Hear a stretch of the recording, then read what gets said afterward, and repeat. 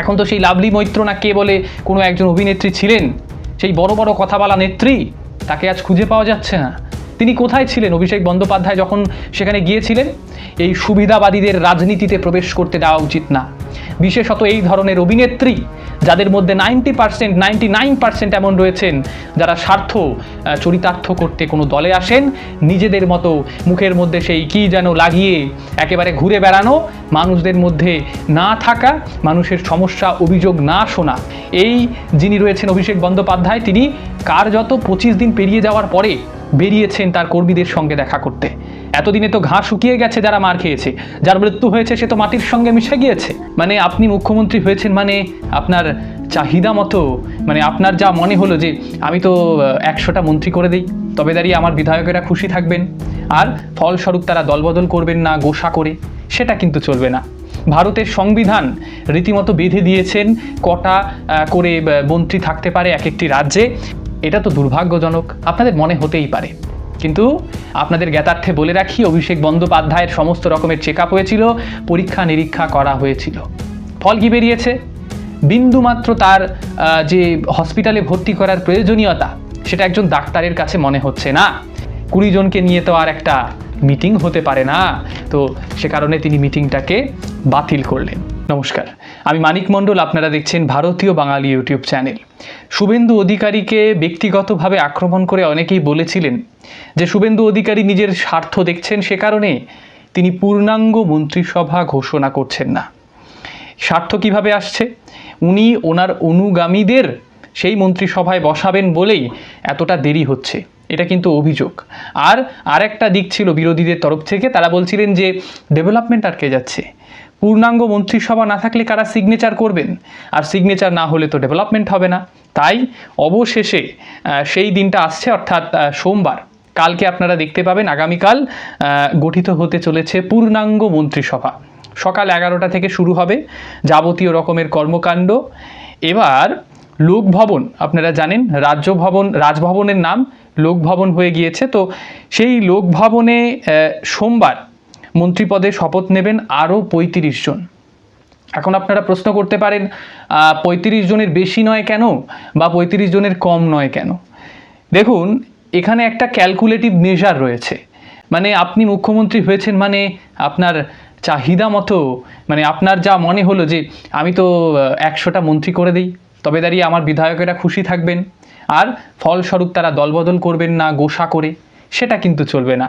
ভারতের সংবিধান রীতিমতো বেঁধে দিয়েছেন কটা করে মন্ত্রী থাকতে পারে এক একটি রাজ্যে, তো বলা হচ্ছে 15%, অর্থাৎ 15%-এর বেশি যদি কেউ শপথ গ্রহণ করেন, মন্ত্রিত্ব নেন, তবে দাঁড়িয়ে সেটা কিন্তু বেআইনি বলে ঘোষিত হবে। আর সেক্ষেত্রে আমরা যদি একটুখানি সংখ্যার দিকে যাই, আমরা যদি একটু ক্যালকুলেটিভ মেজারে এটাকে মাপার চেষ্টা করি, তবে আগের যে 6 জন মন্ত্রী ছিলেন, অর্থাৎ শুভেন্দু অধিকারী সহ 5 জন, এবং আরও 35 জন নতুন যোগ হতে চলেছে, অর্থাৎ টোটাল 41 জন দাঁড়াচ্ছে। সুতরাং 15% কিন্তু বেশি হয়ে যাচ্ছে ওই 15% থেকে। এবার অনেকেই এখন প্রশ্ন তুলছেন যে এই সময়েই কেন মন্ত্রিসভা গঠন করা হচ্ছে, অর্থাৎ পূর্ণাঙ্গ মন্ত্রিসভা কেন এই সময়টাকে বেছে নেওয়া হলো, এর আগে কেন করা হলো না? অনেকের গোসা হচ্ছে, কেউ কেউ ভাত গিলতে পারছেন না, জল দিয়ে কার্যত গিলতে হচ্ছে যে মন্ত্রিত্ব কারা পেলেন, আমরা তো দেখতে পেলাম না। সুতরাং মন্ত্রিত্বটা একটুখানি ওনারা পাক, এবং ওনাদের ভেতরে একটা গোষ্ঠী কোন্দল তৈরি হোক, এটাই কিন্তু চাইছেন। এখন দেখুন, সময় লাগার পেছনে একটা বড় কারণ হলো ভালো ফল করা।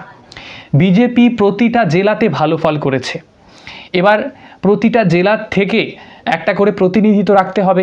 মানে আপনি যদি মালদা জেলাকে বাদ দিয়ে দেন, আপনি যদি মুর্শিদাবাদকে বাদ দেন, আপনি যদি উত্তর দিনাজপুর দক্ষিণ দিনাজপুরকে বাদ দেন, বালুরঘাটকে বাদ দেন, তবে দাঁড়িয়ে সেটা তো গ্রহণযোগ্য হবে না অনেকের কাছে।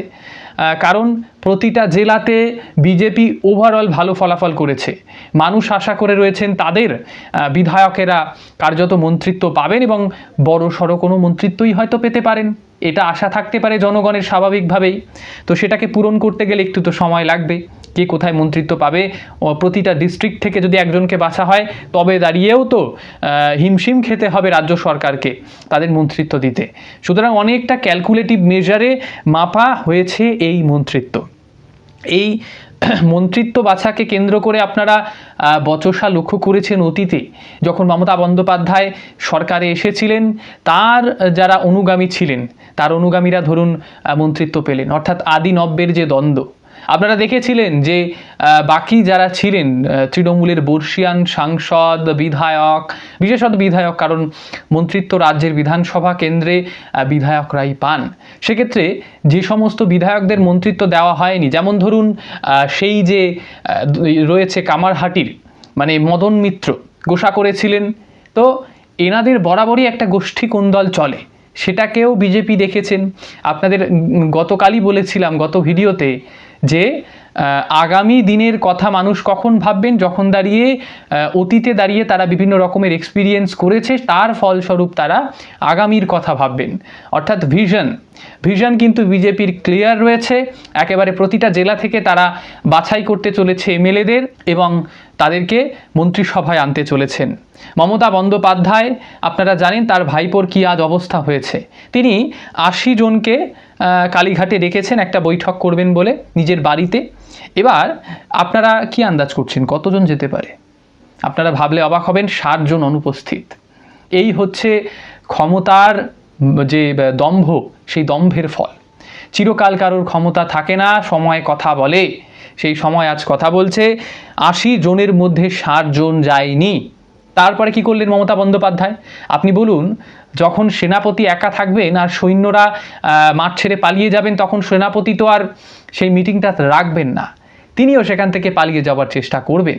অতীতে যা হয়েছে, সেনাপতি একা লড়েছেন, যে সেনাপতি লড়েছেন একা তিনি কিন্তু ভীষণভাবে পরাক্রমী, অর্থাৎ সেই নেতাজির কথা উঠবে। তার সঙ্গে মমতা বন্দ্যোপাধ্যায়ের তুলনা করা মানে মূর্খামি। তো মমতা বন্দ্যোপাধ্যায় প্রি শিডিউল করে রেখেছিলেন, 7 দিন আগে বলে রেখেছিলেন কালীঘাটে আমরা 80 জন মিলে বসবো এবং আগামী দিনের কি আমাদের কর্মসূচি হবে সবটা আলোচনা চলবে। দেখা গেল কেউ আসলো না। সুতরাং 20 জনকে নিয়ে তো আর একটা মিটিং হতে পারে না। তো সে কারণে তিনি মিটিংটাকে বাতিল করলেন। এখন আপনারা ভাবছেন যে 20 জনের মধ্যে এলেন কারা?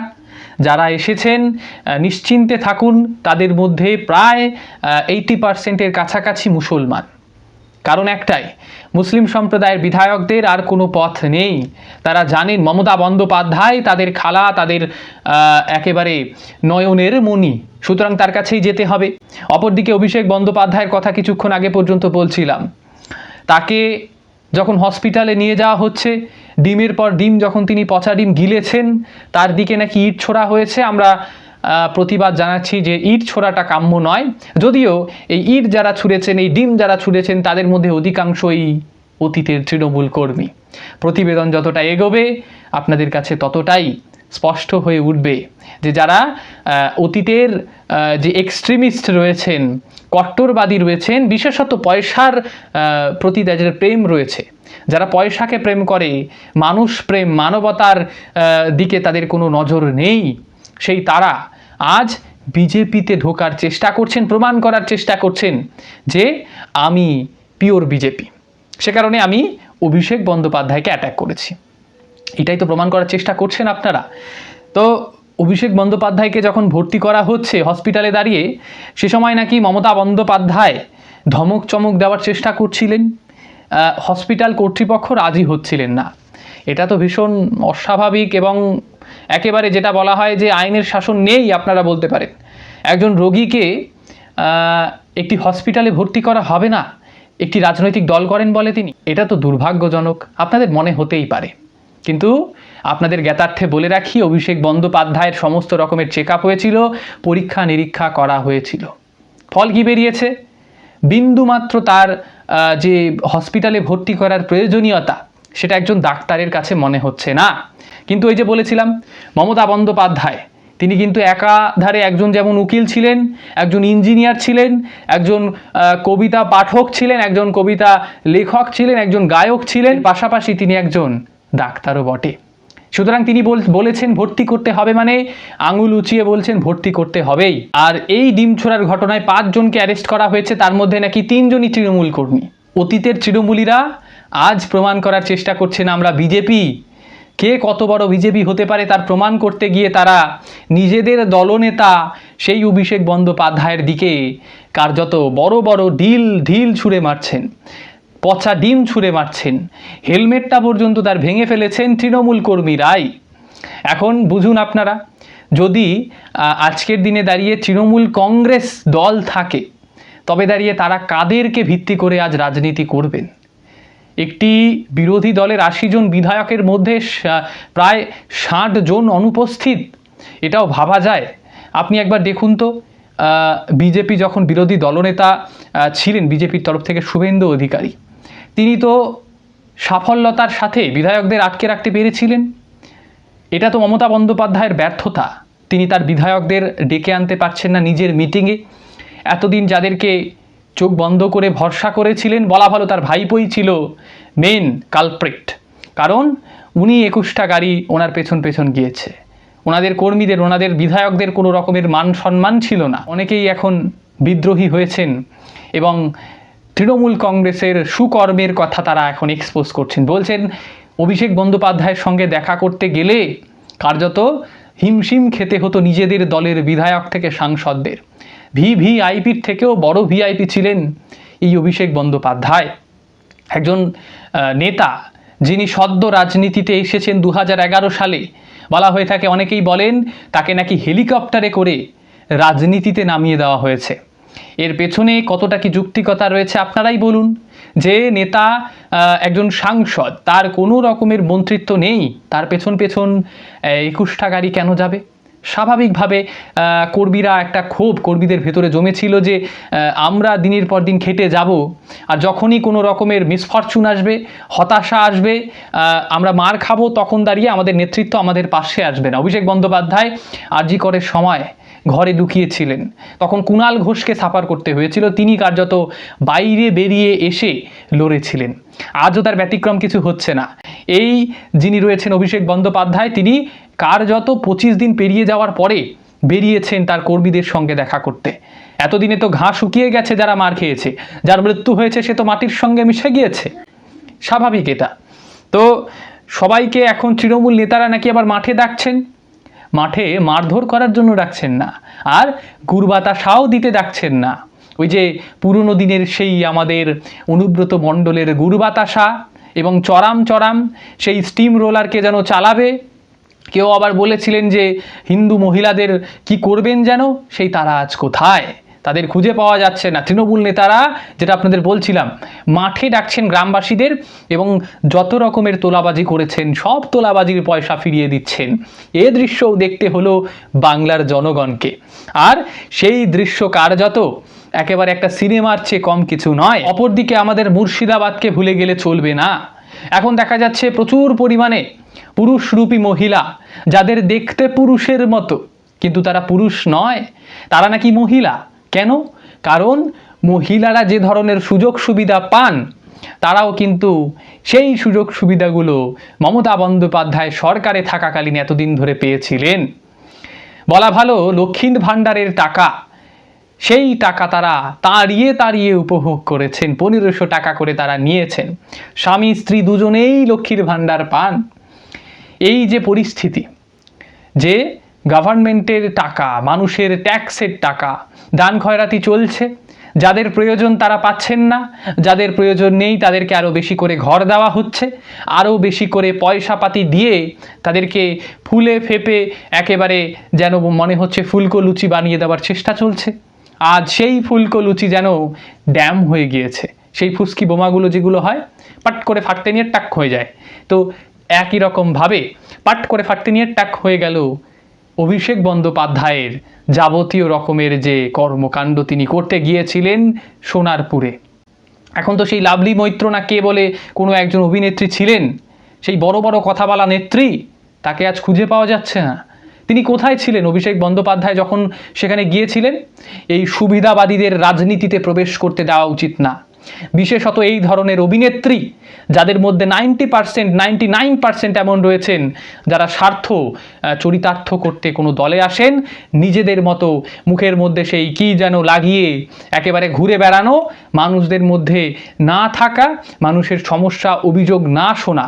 একমাত্র দৃষ্টান্ত সেই সায়নী ঘোষ, যিনি তো একেবারে বলা ভালো অভিনয় জগৎ থেকে বেরিয়ে এসে রাজনীতির স্বাদ এমন পেয়েছেন, অভিনয়কেই ভুলে গিয়েছেন উনি কার্যত কি বলেছিলেন অতীতে আপনারা জানেন। সুতরাং এনাদের মতো নেতা নেত্রীদেরকে, এনাদের মতো অভিনেত্রীদের বিশেষত দলে গ্রহণ করা উচিত নয় বলেই আমার ব্যক্তিগত মতামত। আর বিজেপির তো গ্রহণ করা উচিত নয়। বরাবরই এখন ঋজু দত্তরা দল পাল্টানোর চেষ্টা করছেন, কিন্তু এতদিন ধরে যে বিজেপি কর্মীরা সংঘর্ষ করলেন যাদের বিরুদ্ধে, সেই সুবিধাবাদীদের এখন যদি আপনারা দলে নেন তবে কি বার্তা যাবে তাই সেই কর্মীদের কাছে? যে পদটা আপনারা ওনাদের দেবেন সেই পদের অধিকারী তো একজন সাধারণ বিজেপি কর্মী, যিনি বছরের পর বছর মার খেয়েছেন, দশকের পর দশক মার খেয়েছেন। সুতরাং আপনারা কাকে দলে নিচ্ছেন এবং তাকে দলে কি পদ দেবেন সবটা কিন্তু ভেবেচিন্তে আপনাদের করা উচিত বলেই মনে হয়, নইলে বিজেপির ভেতরে গোষ্ঠীকন্দল তৈরি হতে সময় লাগবে না। একে এই 12 পাতার ফর্ম, সেটা নিয়ে মাকু সেকুরা কার্যত বাজারে প্রচার করতে শুরু করে দিয়েছেন যে বিজেপি কার্যত তাদের আসল রূপ দেখাতে শুরু করেছে। যেটা তারা দিল্লিতে করেছেন, যেটা তারা বিহারে করেছেন, উত্তরপ্রদেশে করেছেন, সেটা তারা এখন বাংলায় শুরু করেছেন। এই যে অপপ্রচার চালানো সেটা শুরু করেছেন। অপরদিকে তারা বুঝছেন না যে এই 12 পাতার ফর্ম ফিল আপ করতে যে অসুবিধেটা হচ্ছে সাধারণ মানুষদের, সেই অসুবিধে এতদিন ধরে সাধারণ বেকার যুবক যুবতীদের হয়েছে, তার চেয়ে কয়েক গুণ বেশি অসুবিধে হয়েছে।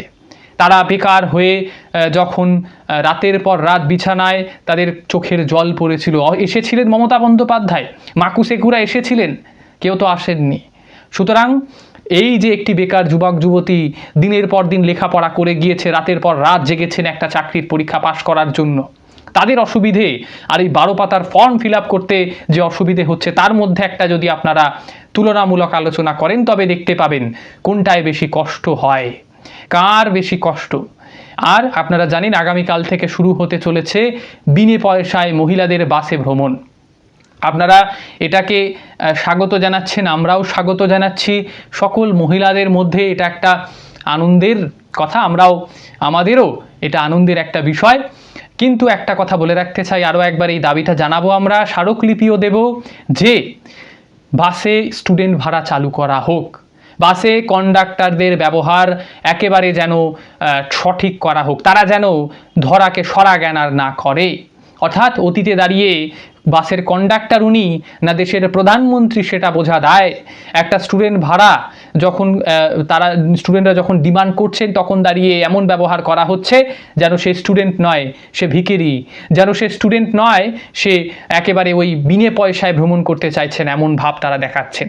আগামীতে এই যে নতুন একটা পদক্ষেপ তা নিয়ে কি রাজ্যে চলে সেটা না হয় আপনারা দেখতে পাবেন, আমরাও দেখব।